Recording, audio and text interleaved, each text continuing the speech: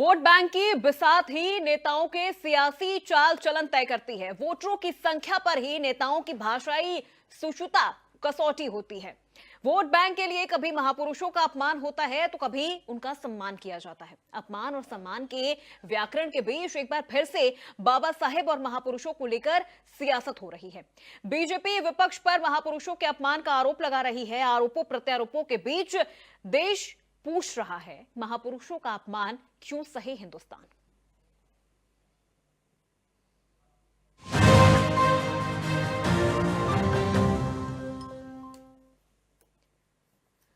चौदह अप्रैल को देश भर में बाबा साहेब भीमराव अंबेडकर की जयंती मनाई जाएगी, जिसको लेकर देश भर में तैयारियां चल रही हैं। साथ ही तैयार हो रही है सियासी पिच, जिस पर बयानों की बौछार होनी है। सीएम योगी आदित्यनाथ ने एक कार्यक्रम में विपक्ष की जमकर क्लास लगाई है। कांग्रेस से लेकर सपा और वामपंथियों के डीएनए पर योगी ने जोरदार प्रहार किया है। महापुरुषों के अपमान को लेकर योगी ने विपक्ष की बखिया उधेड़ दी है। सीएम ने साफ लहजे में कहा है कि महापुरुषों का अपमान करना कांग्रेस और सपा के डीएनए में है। कांग्रेस पर जोरदार प्रहार करते हुए योगी ने कहा कि कांग्रेस ने बाबा साहब के महापरिनिर्वाण होने पर उनका दिल्ली में अंतिम संस्कार नहीं करने दिया और उनका स्मारक नहीं बनने दिया। कांग्रेस, सपा, टीएमसी और वामपंथी दल लगातार बाबा साहब के खिलाफ षड्यंत्र रचते रहे। ऐसे में सवाल उठता है कि विपक्ष आखिर क्यों करता है महापुरुषों का अपमान। क्या महापुरुषों का अपमान करना विपक्ष की डीएनए में है? महापुरुषों का अपमान क्यों सहे हिंदुस्तान? क्या कांग्रेस ने किया बाबा साहेब का अपमान? सियासी लड़ाई बाबा साहेब पर क्यों आई? आज की बड़ी बहस में इन्हीं सवालों पर करेंगे चर्चा, लेकिन उससे पहले सियासी प्रतिक्रियाएं आपको सुनवाते हैं, फिर मेहमानों का रुख करेंगे और फिर चर्चा की शुरुआत करेंगे।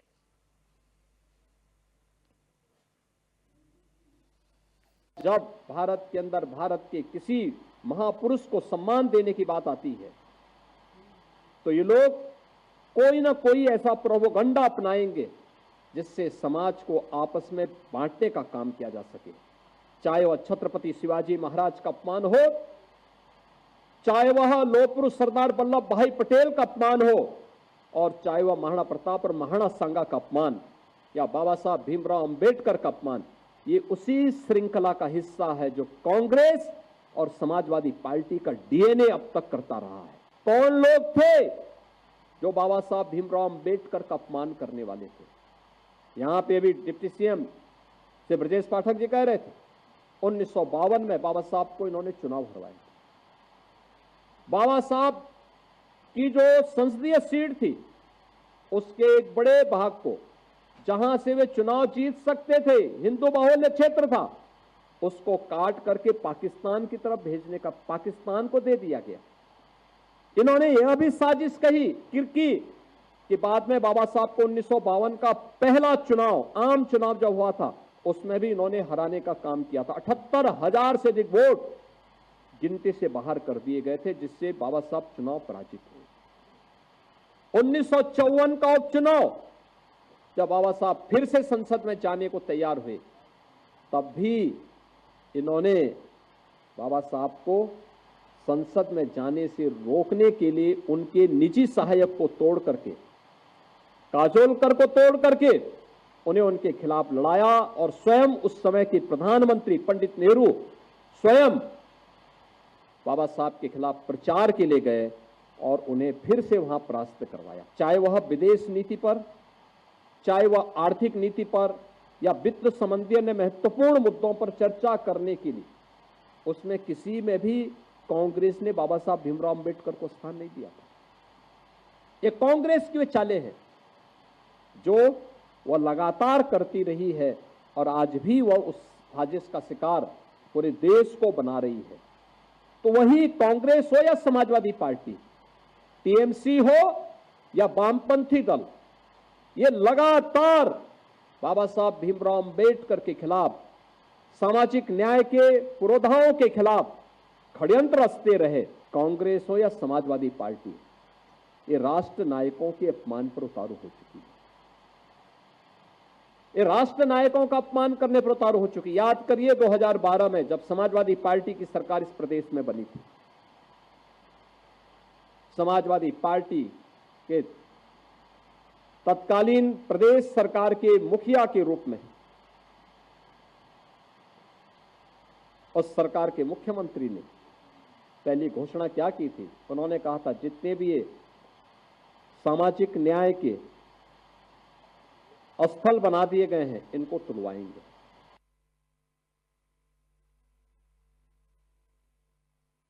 विपक्ष क्यों बार बार बाबा साहेब का या अन्य महापुरुषों का अपमान करता है? आज उसी विषय पर होगी चर्चा, और चर्चा के लिए हमारे साथ खास पैनल भी जुड़ चुका है। एक एक करके पहले मेहमानों से आपका परिचय करवा देते हैं। अतुल गहलोत बीजेपी नेता हमारे साथ जुड़ चुके हैं। अतुल जी बहुत स्वागत है आपका। जितेंद्र वर्मा सपा प्रवक्ता हमारे साथ जुड़ चुके हैं। जितेंद्र जी बहुत स्वागत है आपका।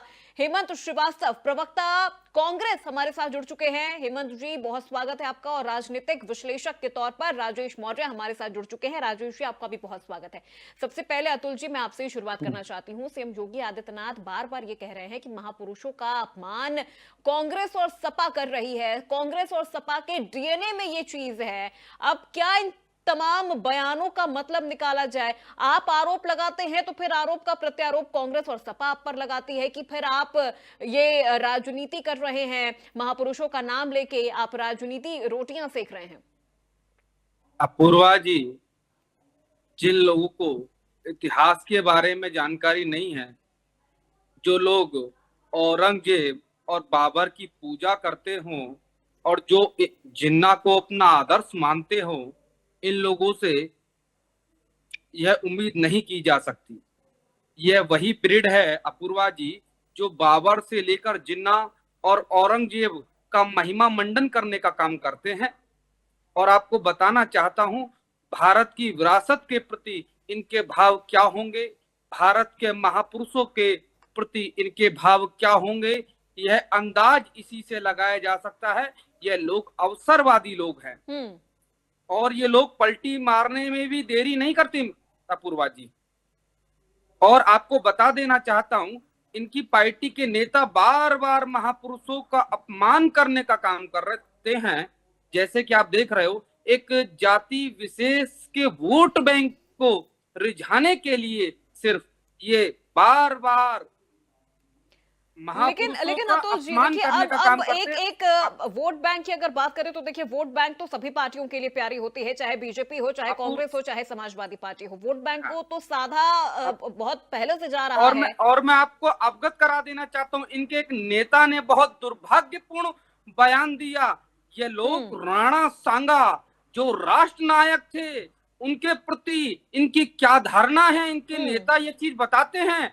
अपूर्वा जी, राणा सांगा का इतिहास यदि इन लोगों ने पढ़ा होगा तो राणा सांगा के शरीर के घाव इस चीज को बताते थे कि उन्होंने भारत के धर्म और संस्कृति को बचाने के लिए उस समय किस प्रकार का पराक्रम का परिचय दिया था। ये लोग अपूर्वा जी, ये लोग बार बार महाराणा प्रताप हो, राणा सांगा जी हो, छत्रपति शिवाजी हो, गुरु गोविंद जी हो, ऐसे महापुरुषों का बार बार अपमानित करने का काम करते हैं। अपने एक फायदे, एक वोट बैंक के कारण ये लोग करते हैं। ये बहुत ही घिनौना कृत्य है, इन लोगों को माफी मांगनी चाहिए देश। चलिए ठीक है। जितेंद्र वर्मा जी, बार बार आप पर आरोप भी लग रहा है कि अंबेडकर जयंती को आप उपेक्षित करते हैं, आरक्षण के मुद्दे पर आपका जो रुख है वो अस्पष्ट है।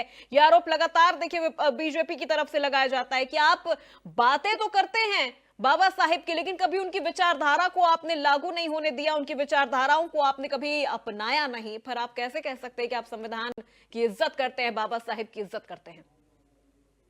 देखिए, समाजवादी पार्टी आदरणीय डॉक्टर बाबा साहब भीमराव अम्बेडकर, डॉक्टर राम मनोहर लोहिया गांधीवादी विचारधारा पर चल के काम करते। ये भारतीय जनता पार्टी के लोग हमारे महापुरुषों का अपमान करते हैं। सदन में गृह मंत्री ने बाबा साहब भीमराव अम्बेडकर जी का अपमान किया। सदन के बाहर मंचों पर आरक्षण खत्म करने की बात कही। कई भारतीय जनता पार्टी के सांसदों, विधायकों ने, स्वयं गृह मंत्री ने संविधान को बदलने की बात की, कहीं संविधान को खत्म करने की बात की। जो लोग मनुस्मृति से देश की और प्रदेश की सरकार चला रहे हो, संविधान को ताक पर रखकर जो लोग मनुस्मृति को लागू कर रहे हो देश, सोचिए वो लोग हमारे महापुरुषों का अपमान ही करेंगे। इससे ज्यादा उनसे कोई उम्मीद नहीं की जा सकती। उज्जैन में कि आप कर रहे हैं, सुन लीजिए भाई, हमारी बात लीजिए। उज्जैन में सरदार पटेल की मूर्ति भारतीय जनता पार्टी के लोगों ने तोड़ दी, और न केवल तोड़ दी, ट्रैक्टर चढ़ा दिया। ये सम्मान है भारतीय जनता पार्टी की तरफ सरदार पटेल की। आज ही लखनऊ की घटना है, प्रशासन और भाजपा के गुंडे मिलकर बाबा साहब की मूर्ति नहीं लगने दे रहे थे और लगी मूर्ति हटाने का जबरन प्रयास कर रहे थे। आखिर ग्राम वासियों और पुलिस वालों में द्वंद्व हो गया।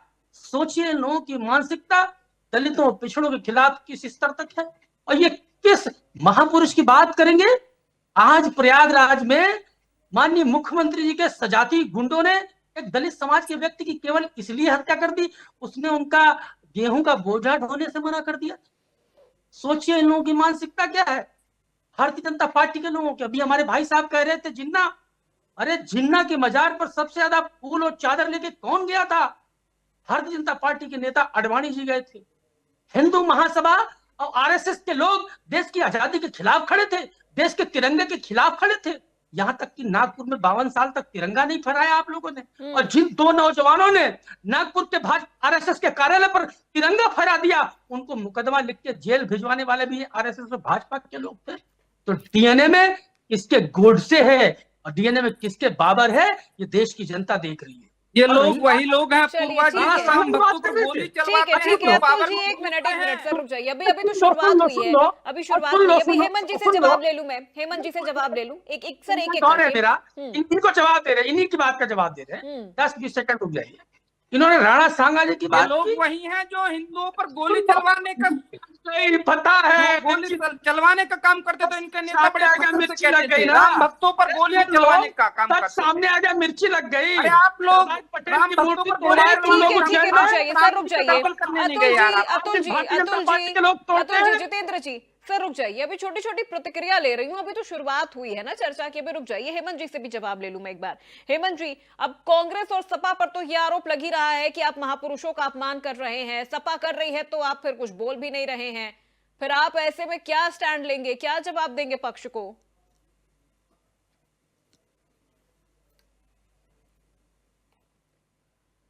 सभी व्यूअर्स को नमस्कार, पैनलिस्ट को भी नमस्कार। 900 चूहे खा के बिल्ली हज को चली।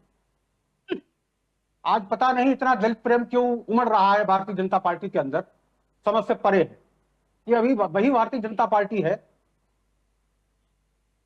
जिसके माननीय गृह मंत्री जी के द्वारा भी सदन के अंदर डॉक्टर भीमराव अंबेडकर साहब का अपमान किया गया।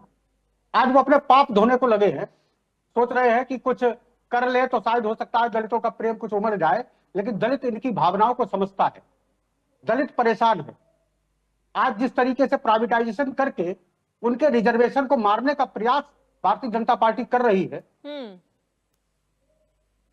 इसका परिणाम भारतीय जनता पार्टी को अब आगे आने वाले समय में ये दिखाई वही नहीं देगा। कांग्रेस के लोग हैं। मैंने आपके बीच में नहीं बोला, मैंने आपके बीच में नहीं बोला। आप थोड़ी धैर्य रखे, थोड़ा गिरेबान में झांकने का भी प्रयास करिए। जिस तरीके से प्राइवेटाइजेशन करके दलितों के अधिकार को अधिकार से वंचित करने का कार्य किया, इससे पता चलता है कि उनका दलित प्रेम कितना है। जीतन राम मांझी एनडीए की सरकार के हिस्सा थे, उनका अपमान करते हैं तो दलित का अपमान नहीं दिखाई देता। उज्जैन के अंदर एक दलित के मुंह पे पेशाब कर दी जाती है, आपका कोई भी शीर्ष नेतृत्व उसको क्रिटिसाइज नहीं करता, उसके खिलाफ कार्रवाई नहीं करता। अभी हमारे सपा के प्रवक्ता ने बताया कि प्रयागराज में किस तरीके की घटना आज हुई, वास्तव में निंदनीय है। जिस तरीके से एक विशेष व्यक्ति लोगों के द्वारा आज रामजीलाल सुमन जी के यहां किया जा रहा है, उसके पीछे बैक साइड में कौन है? इस तरह की हिंसा की राजनीति नहीं करनी चाहिए, नफरत की राजनीति नहीं करनी चाहिए। यह देश मोहब्बत से चलने वाला है। यह जातिगत आधार पर या धार्मिक आधार पर आप विभाजन की नीति अपना रहे हैं जो अंग्रेजों ने अपनाई थी, और अपमान की बात जो आज यहां तक आप करते हैं। शायद मुझे लगता है कि हिंदुस्तान की आजादी से पहले और हिंदुस्तान की आजादी के बाद जितना अपमान राष्ट्रीय धरोहरों का, राष्ट्रीय महापुरुषों का आपके द्वारा, आपकी पार्टी के द्वारा किया गया, वो कहीं छुपा हुआ नहीं है। इतिहास को पढ़ने की आवश्यकता शायद आपको है कि जब हम लोग राजनीतिक रूप से हम लोग देश की आजादी की लड़ाई लड़ रहे थे, तब आप लोग किस पाले में खड़े थे? कभी अपने गिरेबान में झांक करके देखिए कि हम कहाँ खड़े थे और हम क्या कर रहे थे। चलिए ये ठीक आपको है, समझने की आवश्यकता है। चलिए ठीक आपको है। हर तरीके से, मैं 1 सेकंड और चाहूंगा। सिर्फ 10 सेकंड में बस आप अपना जवाब कंप्लीट करिए, फिर मैं सीधे राजेश जी का रुख करूंगी। आप वो पार्टी हैं जिसने दलितों के अधिकार के लिए जो बजट अलॉट किया गया, उस बजट को भी पूरा आपने दलितों के उत्थान के लिए खर्च नहीं किया। उनकी नौकरियों को आपने छीन लिया और उनके परिवारों को जिस तरीके से आपने परेशानी प्रताड़ित किया, आज वो सामने है। और आगे आने वाले समय में दलित भाई हमारा उसका जवाब भी आपको देने के लिए तैयार बैठे हैं, यकीन जानिए। चलिए ठीक है। राजेश जी, अभी आपने तीनों को सुना, कांग्रेस, सपा, बीजेपी प्रवक्ताओं को आपने सुना, सबके अपने अपने पक्ष हैं, अपने अपने दावे हैं, लेकिन बार बार फिर यही चीजें घूम फिर के सामने आ जाती है कि आखिर ये लड़ाई है किस चीज की। कई बार चीजों को तोड़ मरोड़ के इस तरह से पेश कर दिया जाता है, चाहे बात पक्ष की कर ली जाए, चाहे विपक्ष की कर ली जाए। सीएम योगी कह रहे हैं कि कांग्रेस और सपा के तो डीएनए में ही है कि वो महापुरुषों का अपमान करते हैं, और ऐसे कई इतिहास और ऐसे कई एग्जाम्पल उन्होंने आज मंच से दे दिए। जी अपूर्वा जी, सही बात तो एक लाइन में अगर इस बात को रखी जाए कि सियासी दल अपने राजनीतिक नफा नुकसान के आधार पर और जो उनकी प्रायोरिटी होती है, उनकी जो नीतिगत होती है, एक हिडन एजेंडा होता है, एक ओपन एजेंडा होता है, उन सबको ध्यान में रखते हुए और कौन से मौके पर क्या बात कहनी है वो की जाती है। जैसे अगर आप शुरू करें, कांग्रेस पे एक बड़ा आरोप योगी जी ने लगाया, तो एक बात सही भी है इस हद में कि बहुत सारे ऐसे उदाहरण प्रस्तुत किए जा सकते हैं कि जो ये ऐसी गलतियां की गई हैं, अब वो जानबूझकर की गई या उनके सियासी फायदे नफे नुकसान के लिए उस समय उचित नहीं थी। आप अभी प्रधानमंत्री मोदी जी थाईलैंड और श्रीलंका के दौरे पे गए और उन्होंने बार बार कहा कि भारत की पहचान भगवान बुद्ध से है। संयुक्त राष्ट्र में उन्होंने कहा कि हमने दुनिया को बुद्ध दिया है, हमने युद्ध नहीं दिया। तो आप देखें, उनका भी आजादी के बाद से लेकर संविधान लागू होने के बाद से उपेक्षा हुई है। सम्राट अशोक का चिन्ह जो है राज चिन्ह है। सम्राट अशोक इतना बड़ा अखंड भारत का एक ऐतिहासिक पुरुष रहे और पूरी दुनिया के लिए गर्व का विषय रहे, लेकिन उन पर भी जो है ना तो कभी कोई कार्यक्रम सरकारी तौर पे हुआ और ना ही कभी छुट्टी की घोषणा हुई। और ऐसे ही बाबा साहब भीमराव अंबेडकर की बात आती है, वो भी संविधान निर्माता रहे और पूरी तरीके से एक बड़ा आंदोलन उस वर्ग के लिए किया, लेकिन उस समय भी जो तथ्य प्रस्तुत किया योगी जी ने वो यकीनन सत्य है, वो ऐतिहासिक चीज है, उसको कोई झुठला नहीं सकता है। लेकिन इस बात को भी हमें समझने की जरूरत है कि ये जो सियासी तरीका है, या वर्तमान में भी अभी जो विभिन्न महापुरुषों के प्रति गलत बयानबाजी हुई है और ऐतिहासिक महापुरुषों को राजनीति के जो गंदी राजनीति में करने की कोशिश हुई है कि उनकी महानता को कम करके पद विपक्ष में इस तरीके से आलोचना प्रत्यालोचना करें ताकि वो चीज जो है इस सियासी बहस का मुद्दा बने और जो ध्रुवीकरण की राजनीति है, जो नफरत की राजनीति है, उसको बढ़ावा दिया जाए। तो ये वोट बैंक को जो साधने की और चुनाव में वोट बैंक अपने पक्ष में करने की जो रणनीति होती है, उसी का एक अहम हिस्सा है। और ऐसे महापुरुषों को घसीट करके, और यकीनन ये भी बात है कि एक बड़ी गलती कांग्रेस की भी रही कि भारत रत्न जो बाबा साहब भीमराव अम्बेडकर को मिलना चाहिए था, वो भाजपा के शासनकाल में हुआ।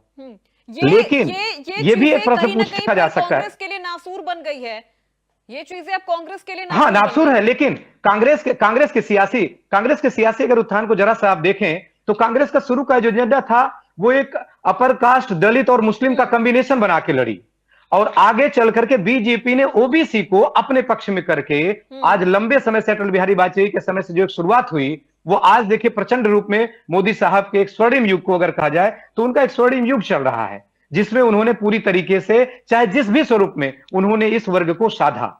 और आज ये भी सही है कि बीजेपी भी कोई दूध की धूली नहीं है। अगर आप उनका भी इतिहास देखें तो उन्होंने भी ये देखा कि कब किस महापुरुष का सदुपयोग किया जा सकता है, उस समय उन्होंने उनको अहमियत देने की कोशिश की। जैसे सरदार वल्लभ भाई पटेल की एक मूर्ति गुजरात में बहुत बड़ी मूर्ति लगवाई गई, नो डाउट कि एक बड़ी शख्सियत रहे, बहुत बड़ी अखंड भारत को जब हमारा देश आजाद हुआ रियासतों को जोड़ने में बहुत बड़ा योगदान था, उनका योगदान को कम कतई नहीं आका जा सकता और उनको एक सम्मान मिलना भी चाहिए।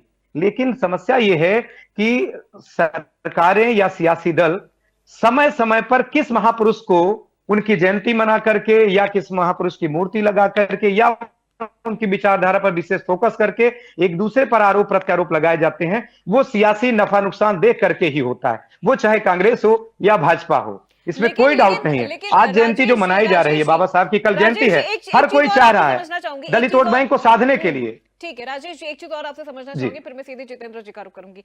देखिए, बात कांग्रेस की कर ली जाए, चाहे समाजवादी पार्टी की कर ली जाए, या फिर बीजेपी की ही क्यों ना कर ली जाए, यहाँ पे देखिए वोट बैंक की राजनीति तो तीनों पार्टी कर रही है, लेकिन फिर चीजों को तोड़ मरोड़ के पेश किया जाता है, उसमें कहीं ना कहीं कांग्रेस और समाजवादी पार्टी की जो भूमिका है वो काफी ज्यादा खास नजर आ जाती है।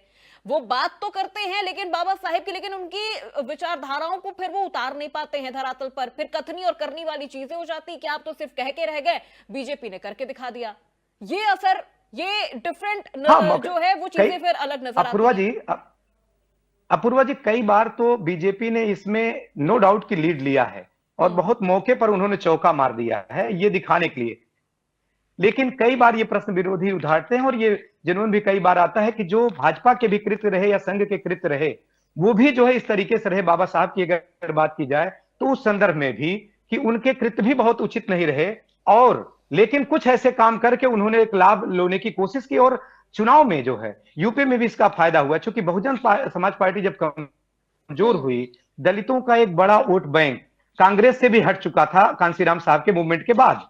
तो उस मूवमेंट के बाद दलितों को भी अपने, चूंकि कांग्रेस यूपी में विशेष तौर पर बहुत कमजोर स्थिति में, अभी भी कमजोर स्थिति में, ग्राउंड लेवल पर बहुत कमजोर स्थिति है, लेकिन एक दलित वोट को साधने की कोशिश हो रही है और प्रयास राहुल गांधी जी का भी इस मामले में बहुत तेज चल रहा है, लेकिन संगठनात्मक प्रतिनिधित्व आज भी वो नहीं दे पा रहे हैं, क्योंकि जब तक संगठनात्मक प्रतिनिधित्व नहीं होगा दलित कैसे जुड़ेगा। और दूसरी सबसे बड़ी बात, बीजेपी भी नहीं चाह रही है हमारे पास जो दलित वोट आ रहा है उस वोट को हम खिसकने दें, और समाजवादी पार्टी को लोकसभा 2024 के चुनाव में जिस तरीके से दलित समाज का वोट और मोस्ट बैकवर्ड का वोट, जो कभी बीजेपी की एक बड़ी खास टीम हो गई थी, उनका वोट भी समाजवादी पार्टी के पाले में गया और आज तक के इतिहास में सबसे ज्यादा उन्होंने सीटें जीती। इस बात को भी झुठलाया नहीं जा सकता। तो इस समय बाबा साहब की जयंती मनाने के पीछे दलित वोट को अपने अपने पाले में खींचने की पुरजोर कोशिश है, और उसी आधार पर योगी जी का भी जो दिया गया बयान है वो इसी संदर्भ में दिया गया बयान है। ठीक है जितेंद्र जी, आज योगी जी ने बयान दिया कि विपक्ष के डीएनए में महापुरुषों का अपमान है।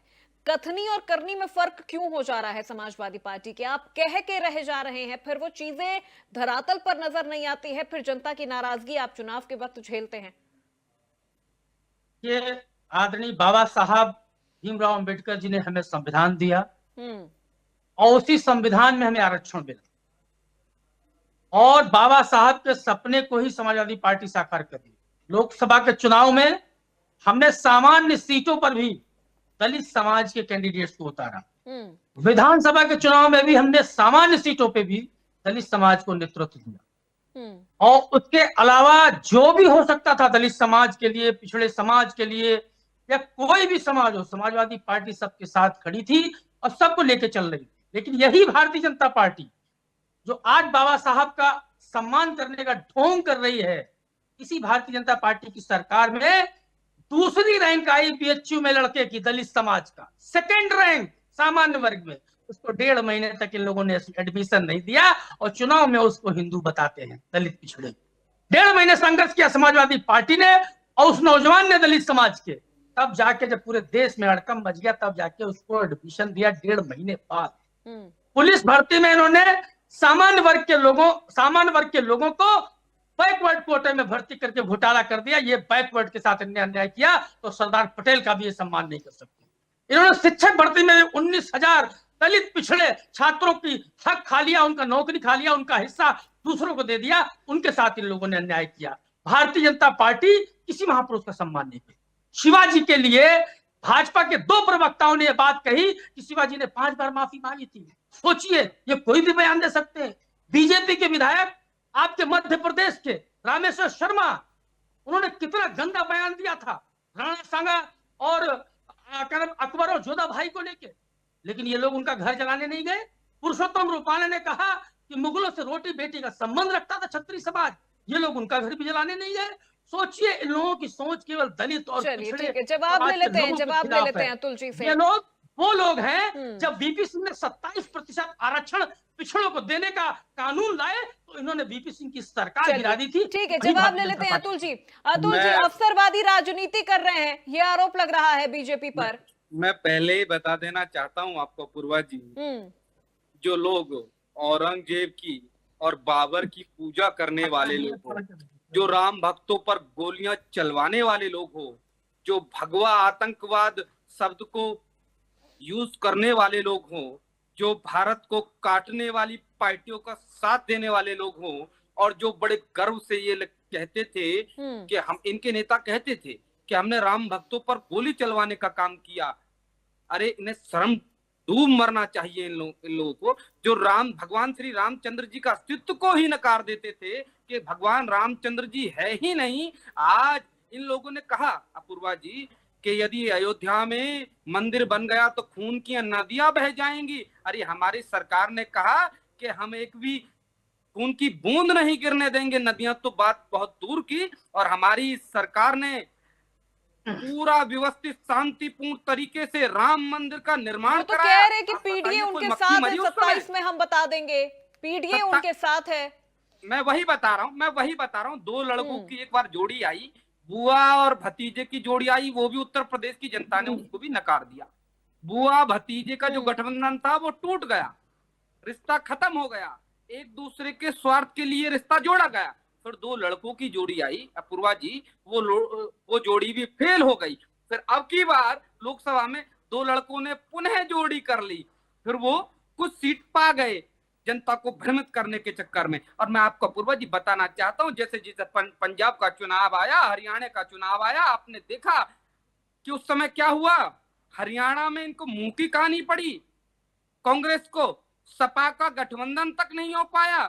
और ये लोगों ने कहा था उत्तर प्रदेश में 9 सीटों पर उपचुनाव हुआ, ये लोग कहते थे कि 9 की 9 सीट सपा जीत रही है। अरे हमने कहा कि ऐसा नहीं होने वाला, पर इन लोगों ने कहा कि हम अयोध्या जीत गए लोकसभा में, लोगों को भ्रमित करके हम अयोध्या भी। अरे मिल्कीपुर में क्या हुआ, मिल्कीपुर हम जीते।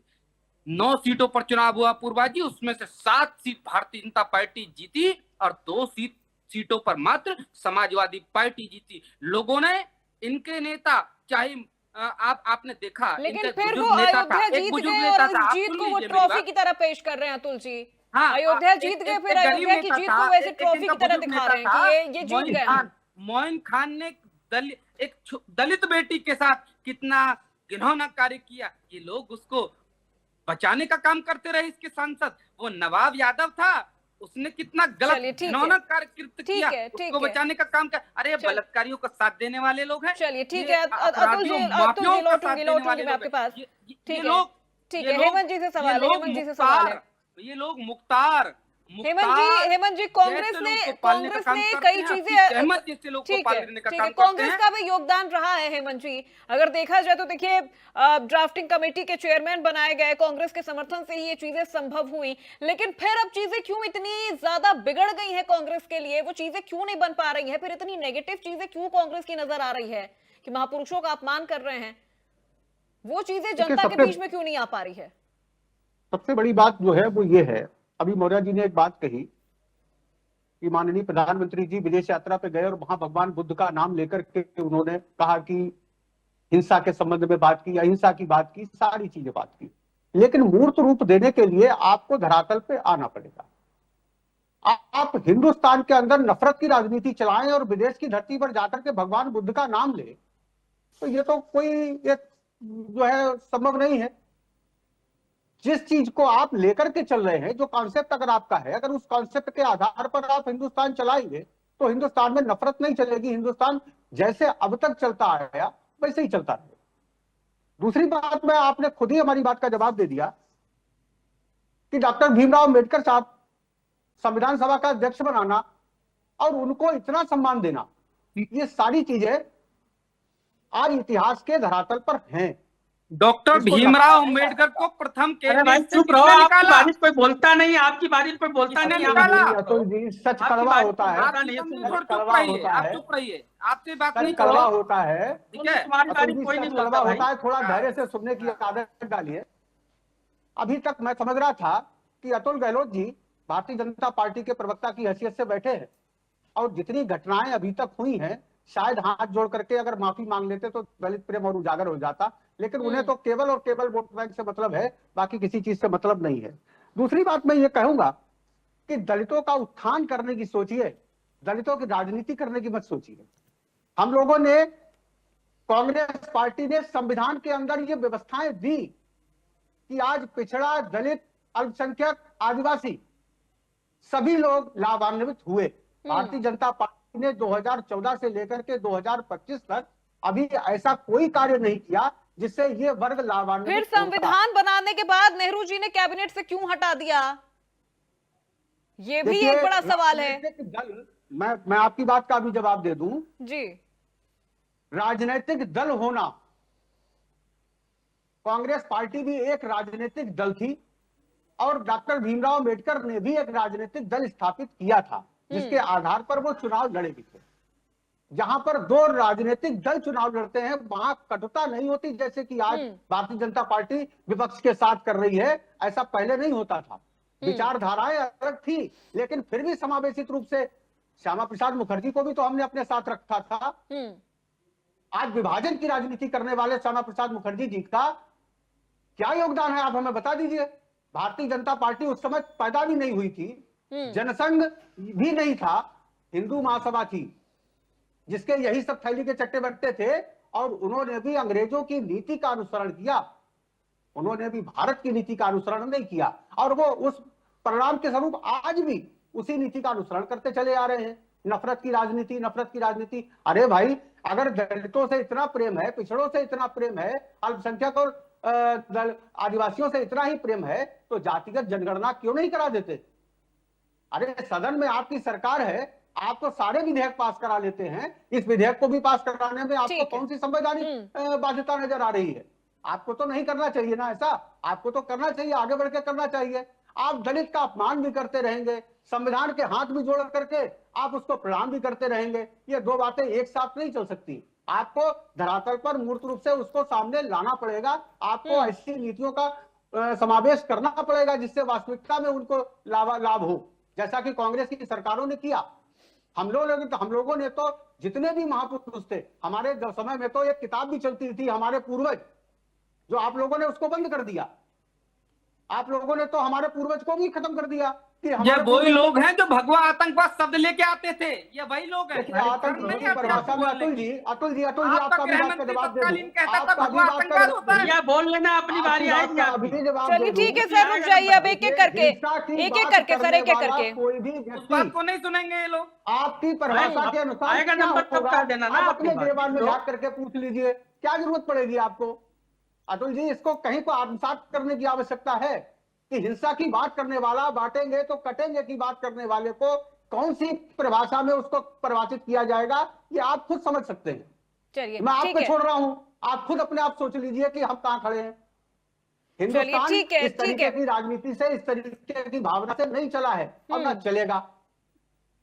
मैं तो समझता हूं कि शायद कि हिंदू धर्म पे सर्वाधिक खतरा राजेश जी से मेरा सवाल है, राजेश जी से सवाल है। राजेश जी, जब यहाँ पर ये चीजें होती है कि अगर कांग्रेस भी बाबा साहेब को अपना आदर्श मान रही है, समाजवादी पार्टी भी उनको अपना आदर्श मान रही है, तो फिर उनके आदर्शों को, इनकी जो विचारधारा है उसमें हमें नजर क्यों नहीं आती है? वो चीजें कमी कहां रह जाती है? क्योंकि सपा भी कह रही कि हमने इतिहास में बहुत कुछ कर दिया, कांग्रेस भी इतिहास गिनवा रही है, लेकिन फिर वो चीजें हमें अब नजर क्यों नहीं आ रही हैं? फिर बीजेपी को मौका मिल जाता है। अपूर्वा जी, यकीनन मैंने कहा ना, कांग्रेस की भी कुछ ऐसी गलतियां रही, या जातिगत जनगणना 1931 के बाद आज तक नहीं हुई। जातिगत जनगणना भी एक बहुत बड़ा मुद्दा है और आज बीजेपी भी उसको नहीं करवा पा रही, जबकि पूरा संख्या बल है, अगर आत्मबल है और मनोबल है तो वो कर ली। और कांग्रेस भी बहुत पहले मनमोहन सिंह की सरकार ने कराया, लेकिन रिपोर्ट आज तक सार्वजनिक नहीं हो पाई है। लेकिन उसके साथ साथ सबसे बड़ी बात यह है कि अंबेडकर साहब, या अभी जैसे बुद्ध की बात हुई थी, प्रधानमंत्री जी की बात हुई कि बाहर तो बुद्ध के बारे में हुआ कि बुद्ध, हमने शांति दिया, बुद्ध दिया, युद्ध नहीं दिया। तो हमारे अपने देश में वास्तव में क्या हम शांति के लिए वो कार्य कर रहे हैं? क्या हम सद्भाव बनाने के लिए, जो सामाजिक सद्भाव है वो बनाए रखने के लिए काम कर रहे हैं जमीनी स्तर पर? तो विचार, एक कथनी और करनी का जो अंतर है वो सभी राजनीतिक पार्टियों का कमोवेश हो जाता है। अखिलेश यादव जी जिस तरीके से इस समय जातिगत जनगणना पर और खुल करके प्रहार कर रहे हैं, और उन्होंने एक लाइन में एक सवाल मेरा, किया था। राजेश जी आपसे एक लाइन में एक सवाल मेरा, क्या दलित समाज के लिए असली काम किसने किया, नारे वालों ने या नीति वालों ने? ये तो काफी चिंतन का विषय है, लेकिन नो डाउट कि कांग्रेस एक लंबे समय तक शासन की है, उसने भी बहुत ही बेहतरीन कई सारे काम किए हैं और गलतियां भी की हैं, उसमें कोई डाउट नहीं। मैंने कहा कि कांग्रेस की राजनीति के 3 सबसे बड़े स्तंभ थे, एक अपर कास्ट, एक मुस्लिम कम्युनिटी और तीसरा जो है वो दलित समाज।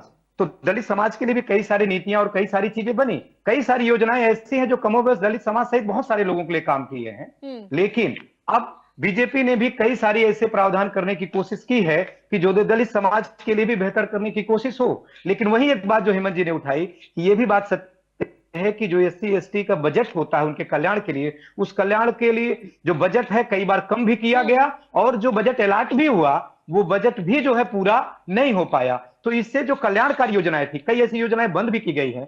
तो निश्चित तौर पर वो जो जमीन पे उतारने की बात होती है उसमें, चूंकि अभी बीजेपी का शासन बहुत लंबा तो नहीं हुआ, लेकिन फिर भी आज कांग्रेस की अगर बात करेंगे तो कुछ न कुछ अपर हैंड तो रहेगा, लेकिन बीजेपी भी कोशिश करी। और मैंने फिर कहा एक चीज कि कोशिशें इस बात पर तय होती हैं कि हमें चुनाव में क्या फायदा होने वाला है और किस सेगमेंट पर हम वर्क करें। और आज जो मैंने कहा कि बहुजन समाज पार्टी के कमजोर होने से दलित वोट पर जो बहुत बड़ी नजर है वो इसीलिए गड़ी हुई है। कांग्रेस अपनी कोशिश कर रही है, समाजवादी पार्टी अपनी कोशिश कर रही है, भारतीय जनता पार्टी कोशिश कर रही है, लेकिन जो कई सारे उदाहरण जमीन पर मिल जाते हैं कि जो दलितों के साथ पक्षपात के या बैकवर्ड के साथ पक्षपात के वो कहीं न कहीं आवाज उठाते हैं। जैसे 69,000 शिक्षक भर्ती था, ओबीसी एससी एसटी के 18,000 पदों पर जो है उनके यहाँ हिस्से की मारी हो गई।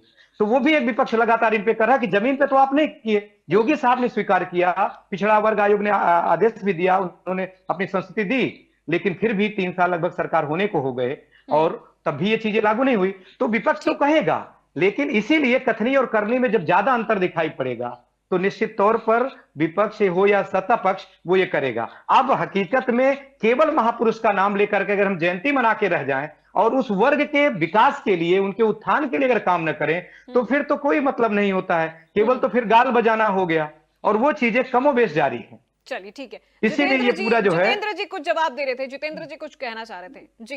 ये पूर्वा जी, देश जब आजाद हुआ तो देश में सुई नहीं बनती थी।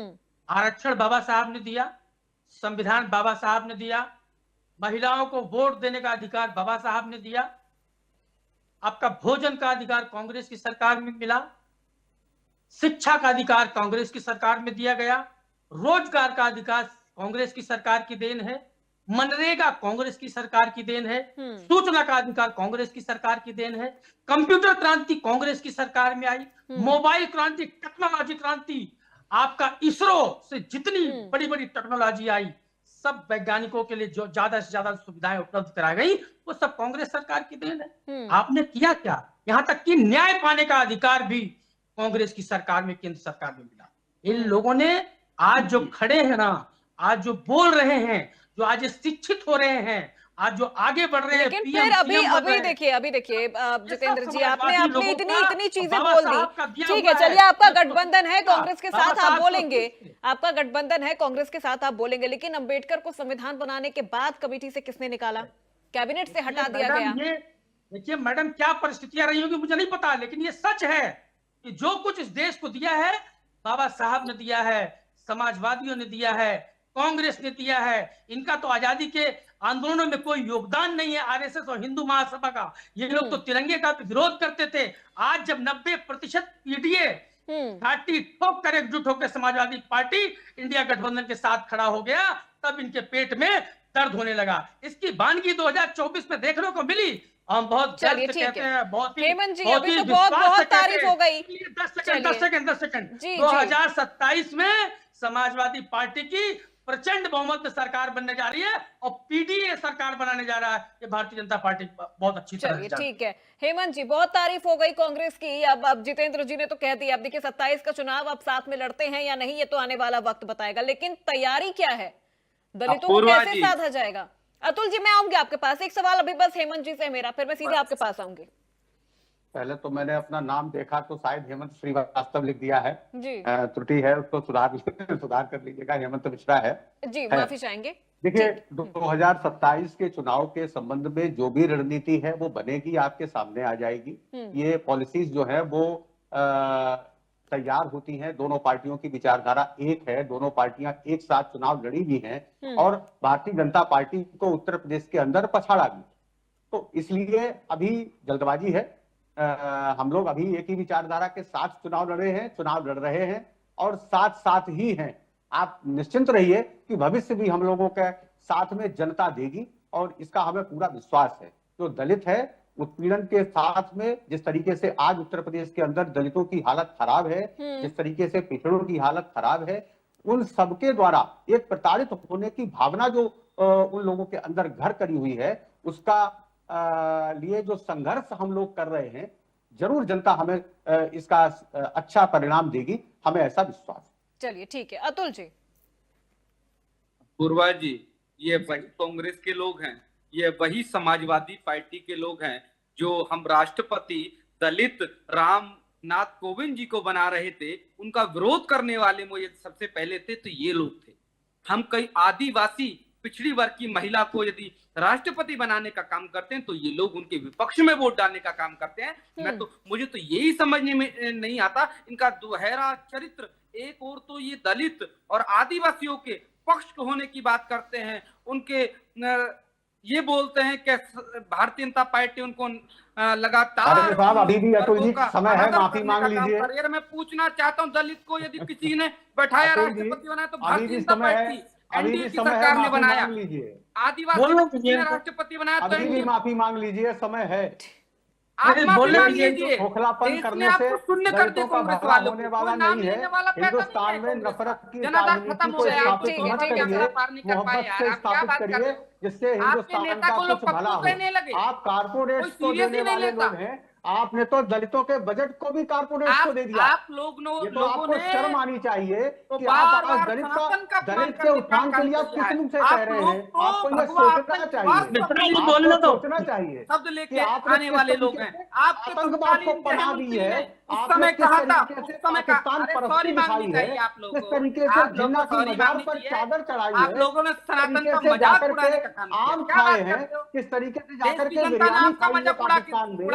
नवाज शरीफ को हिंदुस्तान के प्रधानमंत्री ने 2014 में बुलाया, जिसने हमारे देश के 10 सिर काटे थे और अगली बार उसके लिए कहा गया था कि हम इतने सिर काटेंगे और ऊपर साफ हो जाएगा, शून्य पर आ जाओगे आप लोग। अरे आप लोग अपने समय है समारोह में बुलाते हैं और आज आप बात करते हैं महापुरुषों के समय है, आ जाइए हेमंत जी, समय है, आपका भविष्य उज्जवल हो जाएगा। भारतीय जनता पार्टी में आ जाओ, हम लोग आभासी दुनिया में रहने वाले नहीं है अतुल जी, आप हमारे अगले प्रवक्ता रहने वाले लोग हैं, हम लोग वास्तविकता में जी रहे हैं। आज वास्तविकता में इस देश की परिस्थितियां बड़ी खराब कर दी आप लोगों के द्वारा, वाले लोग हैं। इसको सोचने की जरूरत आपको है। हमारे लिए गिरबान भाग करके देखिए, दूसरे नंबर पे चलिए ठीक है सर, अब रुक जाइए सर, रुक जाइए के बाद राष्ट्रपति ठीक है, सॉरी मांग लो सनातनी लोगों से, आप कभी राष्ट्रपति प्रथम नहीं रख पाए।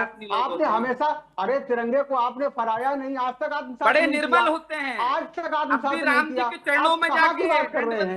आपने हिंदुस्तान के राष्ट्रीय धरोहरों का जिस तरीके से अपमान किया है कि आपका देवान यहाँ करके देखे, आपने केवल दूसरों के घरों में कभी पटेल नेहरू की लड़ाई कराई, कभी सुभाष बाबू नेहरू की लड़ाई कराई। ठीक है, देखिए अतुल जी हेमंत जी, देखिए बाबा साहेब का सम्मान केवल नारे लगाने से या यहाँ पर इस तरह से चिल्लम चिल्ली करने से तो नहीं हो जाएगा सर।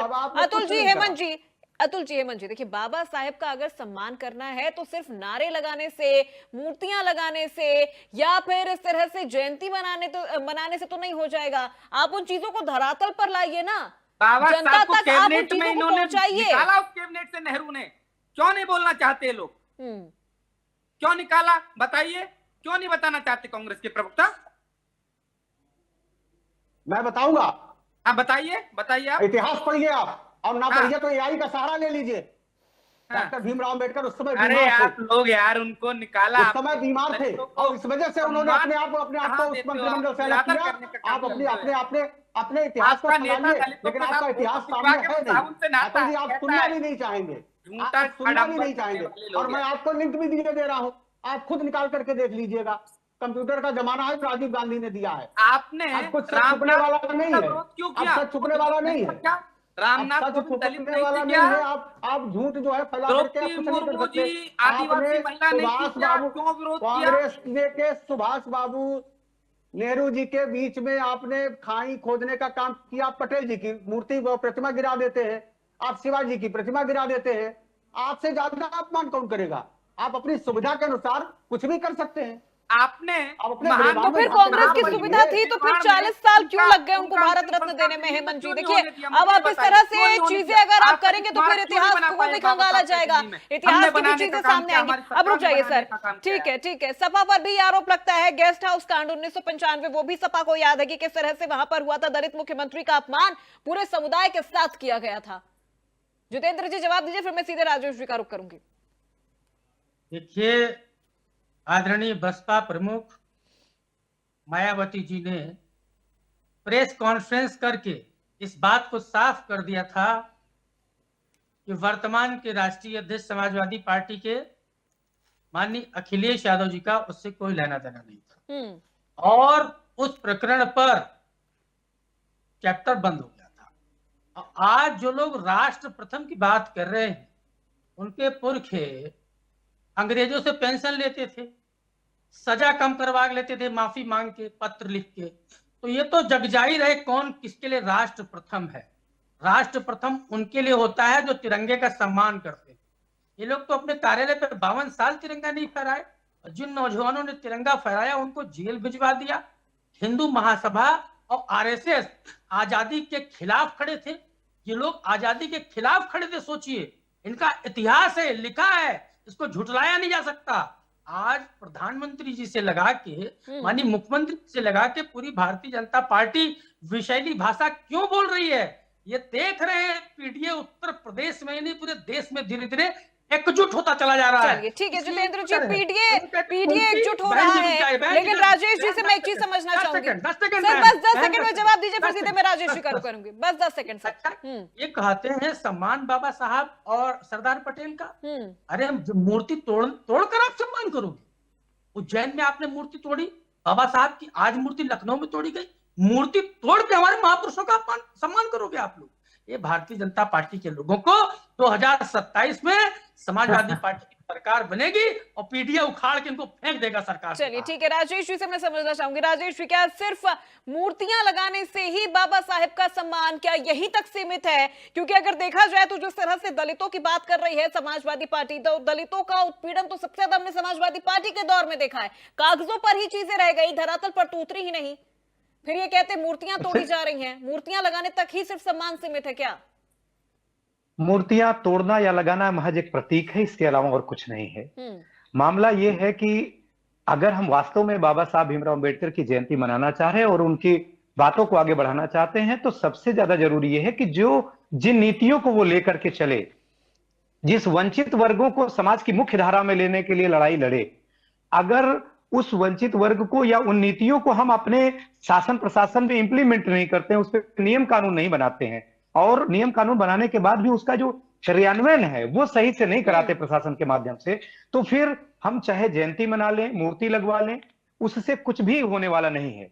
बाबा साहब के समय का एक प्रसंग था कि एक सभा में वो सभा कर रहे थे, तो जब सभा के बाद कई लोग उनके आके पैर छूना शुरू किए, तो उन्होंने, एक पत्रकार ने पूछा, उन्होंने अपने छड़ी से उनको बीच बीच में मारते रहे। पत्रकार ने पूछा कि आपके भक्त हैं, आपके और ये जो है आपका पैर छू रहे हैं, सम्मान दे रहे हैं, तो आप क्यों इस तरीके से कर रहे हैं? तो उन्होंने एक चीज कहा था कि मुझे अपने भक्त नहीं बनाने हैं, मैं जिस रास्ते को दिखा रहा हूं, जिस रास्ते पर चलवाना चाहता हूं कि ये वंचित समाज चले और आगे बढ़े, समाज की मुख्यधारा में शामिल हो, उस पथ पर चलने की बात है। तो मूर्ति लगा देने से हम श्रेय नहीं ले सकते। हम अगर ये कह रहे हैं कि केवल एक जयकारा लगा देते हैं, कार्यक्रम कर देते हैं, तो उससे भी नहीं होगा। वास्तव में अगर होगा कि जिस पथ के लिए उन्होंने संघर्ष किया आजीवन, जिस पथ को उन्होंने संविधान में रखा प्रावधानों को, उनको हकीकत में अगर जमीन पर उतार करके जनता के बीच में लागू करें और जो वंचित और कमजोर तबके हैं उनको मुख्यधारा में लाए, तो तस्वीर बदल जाएगी। और इस स्थिति में कांग्रेस भी कहीं ना कहीं फेल हुई और बीजेपी भी कोई बहुत ज्यादा नहीं। अभी आप इस समय देखिए कई हजार स्कूल प्राइमरी के बंद कर दिए गए, और यूपी में प्राइमरी के स्कूलों में कौन पढ़ने जाता है? गरीब, कमजोर और वंचित समाज के लोग। अगर स्कूल नहीं चलेंगे तो उनके बच्चों के पास, उनके पास कहां इतना पैसा है कि वो पब्लिक स्कूल या प्राइवेट संस्थानों में पढ़ा पाएंगे और उसकी महंगी फीस दे पाएंगे, महंगी किताबें ले पाएंगे।